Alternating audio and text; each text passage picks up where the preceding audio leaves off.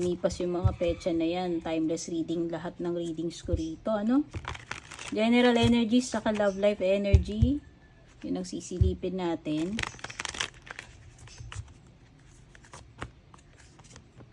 Maiksi lang. Okay, meron kang hangman dito which is Pisces energy. Meron kang Three of Swords sa air signs. Gemini, Libra, Aquarius, no? Sa bottom mo, water sign din.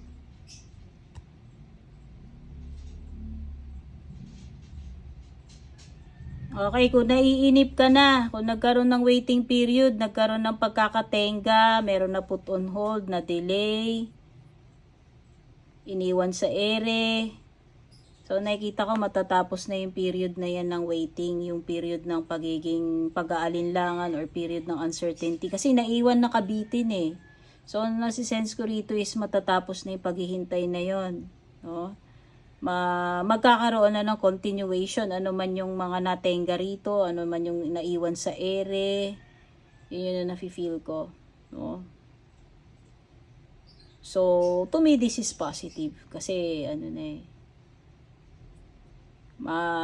matatapos na yung period na wala kang magawa, nakasuspend, no?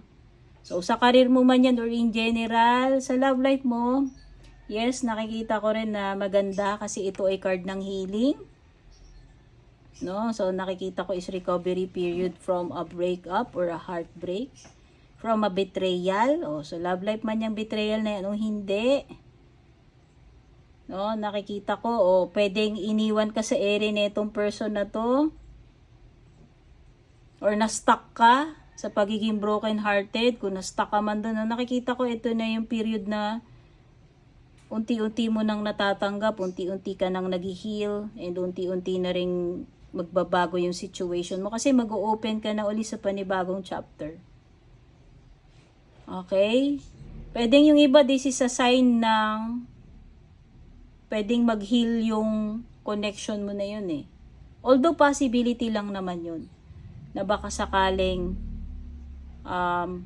magkaroon ng chance na maayos yung breakup ninyo, no, or yung connection nyo ng tao na yun. Itong tao na to na nanakit mismo sa'yo.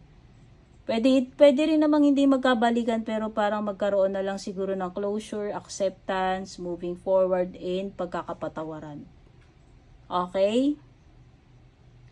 Someone is thinking about you.